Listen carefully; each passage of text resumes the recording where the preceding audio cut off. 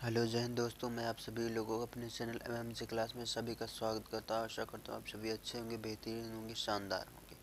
तो आज नया चैप्टर है सांप्रदायिक पंचायत एवं पूना पैक्ट 1932। तो आज हम इस चैप्टर से जितने बनने वाले क्वेश्चन उनकी हम प्रैक्टिस करने वाले हैं। तो आप किसी भी एग्ज़ाम की तैयारी कर रहे हैं, गवर्नमेंट एग्ज़ाम की, चाहे वो रेलवे, एसएससी, यूपीएससी, यूपीएसआई को यूपी कांस्टेबल, या बीएपीएससी हो, या आरपीएससी, एमपीएससी, किसी भी दिल्ली पुलिस हो, या बिहार पुलिस, बिहार एसआई हो, कोई भी एग्ज़ाम हो, तो आप इस क्लास को निश्चित तौर पे देखिए, आपको ज़रूर फ़ायदा मिलेगा।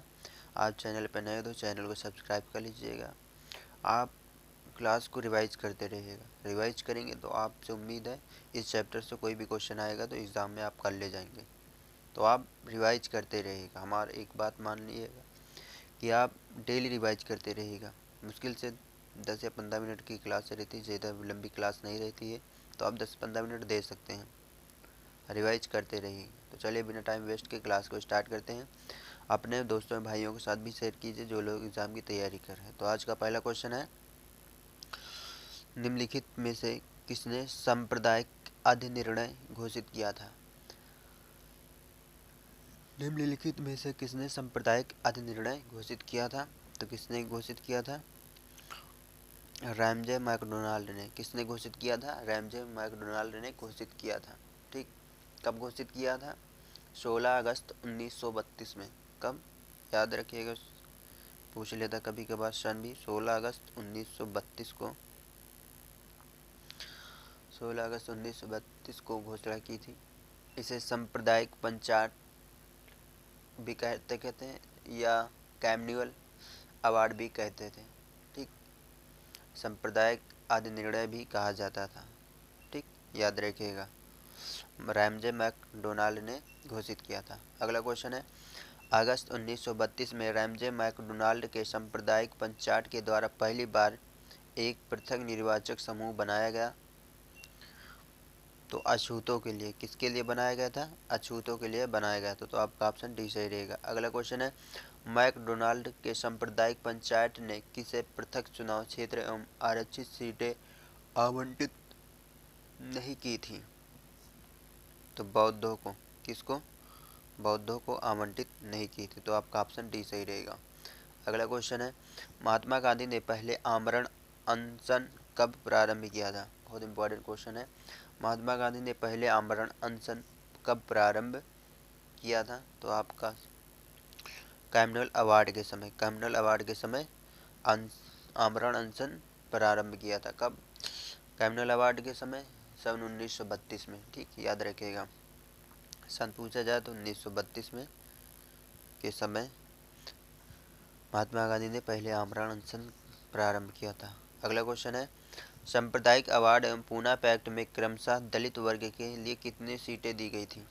सांप्रदायिक अवार्ड एवं पूना पैक्ट में क्रमशः दलित वर्ग के लिए कितने सीटें दी गई थी? बहुत इंपॉर्टेंट क्वेश्चन है दोस्तों, पूछ लेता है एग्जाम में। तो क्रमशः 71 व 147 सीटें आवंटित की गई थी। अगला क्वेश्चन है, पूना पैक्ट संबंधित था। पूना पैक्ट संबंधित था तो दलित वर्ग से। किससे? किससे संबंधित था? दलित वर्ग से पूना पैक्ट संबंधित था।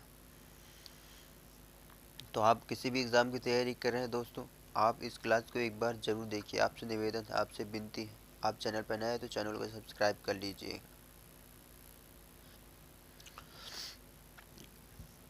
तो आप इसी तरह क्लास रिवाइज करते रहिएगा। अपने दोस्तों भाइयों के साथ भी शेयर कीजिए जो लोग गवर्नमेंट एग्ज़ाम की तैयारी कर रहे हैं। तो चलिए अगला क्वेश्चन है, पूना समझौते का उद्देश्य था। पूना समझौते का उद्देश्य क्या था? तो दलित वर्ग को प्रतिनिधित्व देना। क्या था? दलित वर्ग को प्रतिनिधित्व देना, ये पूना समझौते का उद्देश्य था। अगला क्वेश्चन है, बी आर अम्बेडकर व गांधी जी के बीच एक समझौता हुआ जो क्या कहलाता था?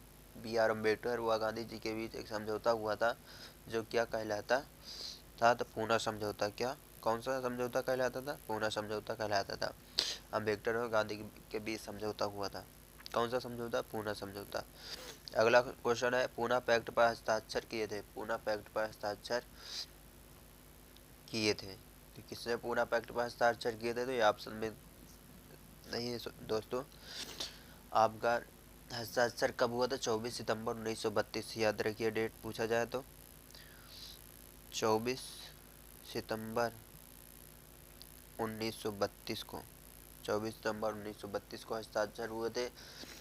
तो गांधी जी के समर्थक एवं अम्बेडकर जी किए थे। कौन किया था? गांधी जी नहीं किए थे, गांधी जी के समर्थक एवं अम्बेडकर जी किए थे। ठीक, तो याद रखिए गांधी जी पूना पैक्ट पर हस्ताक्षर नहीं किए थे, उनके समर्थक लोगों ने किया था और अम्बेडकर जी ने किया था। ठीक, पूना पैक्ट पर हस्ताक्षर किसने किया था? क्वेश्चन में आए, ये ऑप्शन गलत है इसमें दोस्तों। तो गांधी जी के समर्थक और अम्बेडकर जी ने किए थे हस्ताक्षर, लिख लीजिएगा, हम बोल दे रहे हैं गांधी जी के समर्थक और अम्बेडकर जी ने हस्ताक्षर किए थे, गांधी जी ने नहीं किए थे, याद रखिएगा। अगला क्वेश्चन है, सांप्रदायिक अधिनिर्णय की घोषणा के पश्चात निम्नलिखित में से किसे संपादित किया गया? सांप्रदायिक अधिनिर्णय की घोषणा के पश्चात निम्नलिखित में से किसे संपादित किया गया? तो पूना समझौता को। किसको संपादित किया गया था? पूना समझौता को संपादित किया गया था।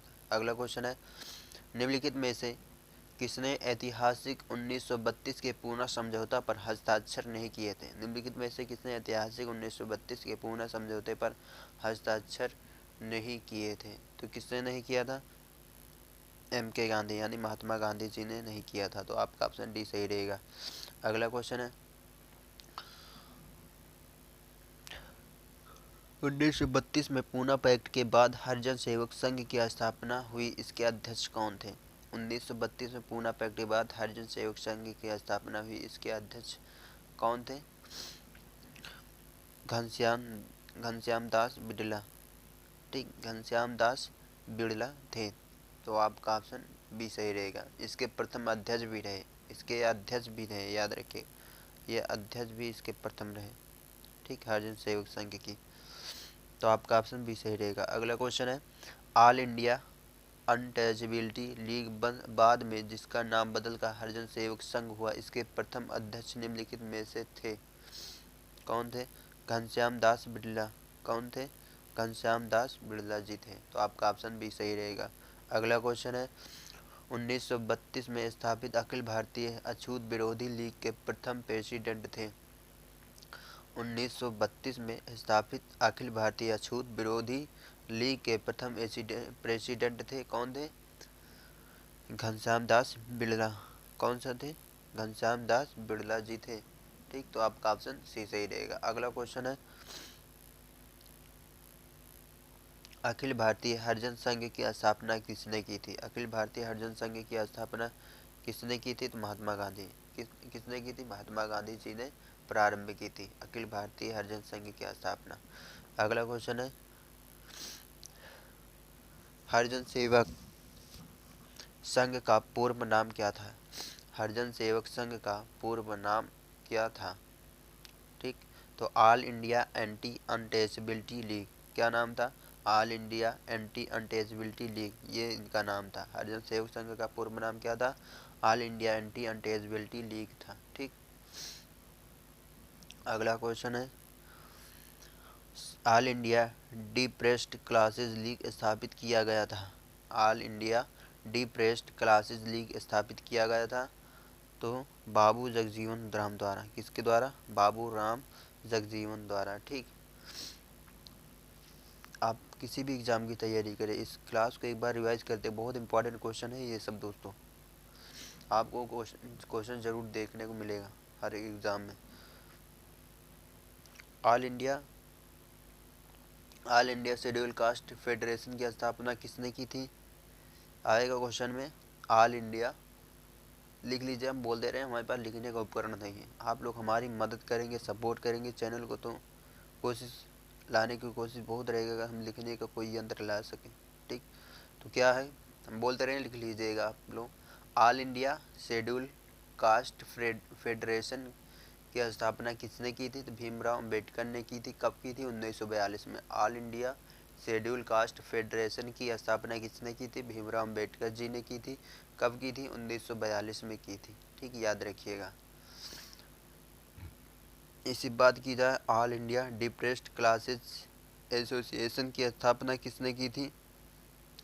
किसने की थी?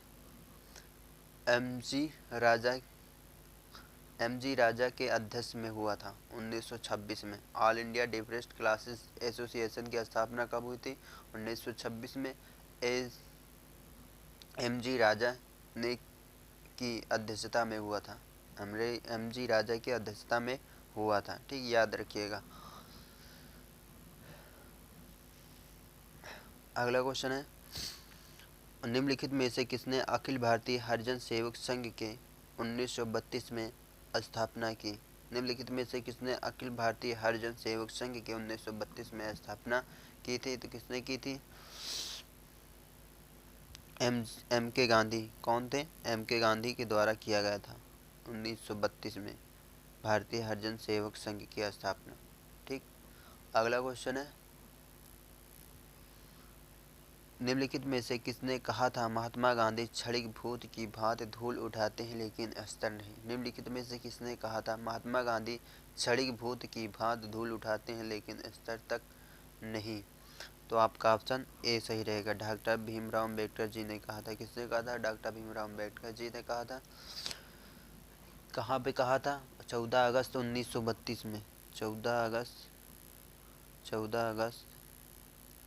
1932 में।